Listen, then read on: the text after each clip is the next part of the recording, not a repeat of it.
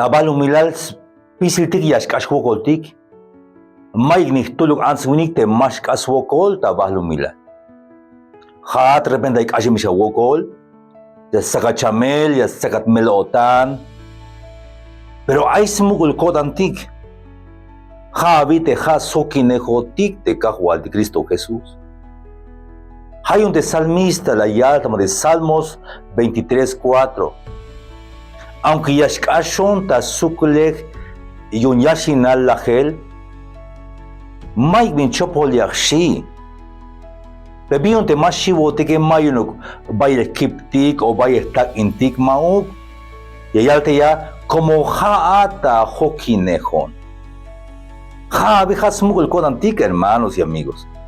Te cajualtique has hokinejo tik te cajualtique chica matayotik kalalash okat yayila te cajualtique kalakamela wotan yayila te cajualtique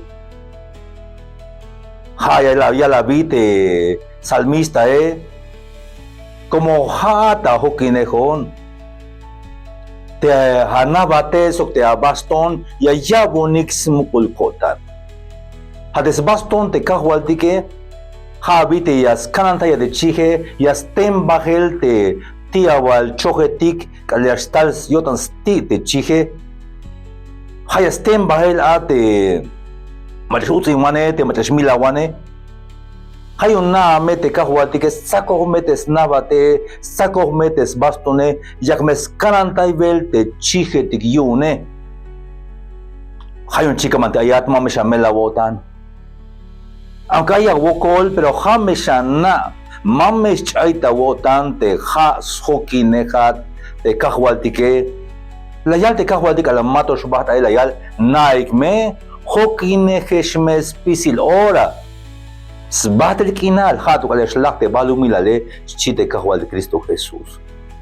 Hame yasmu kodan de gavi, chikamante ayat, chikamante kawil hay video ini name.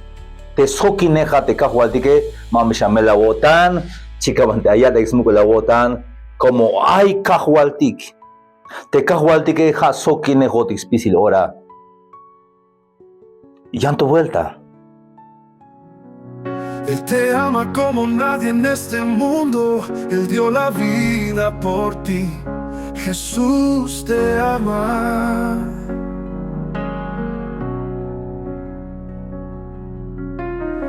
Ya escuchaste su palabra, ahora te toca compartir, que todos sepan que es salvación y vida eterna.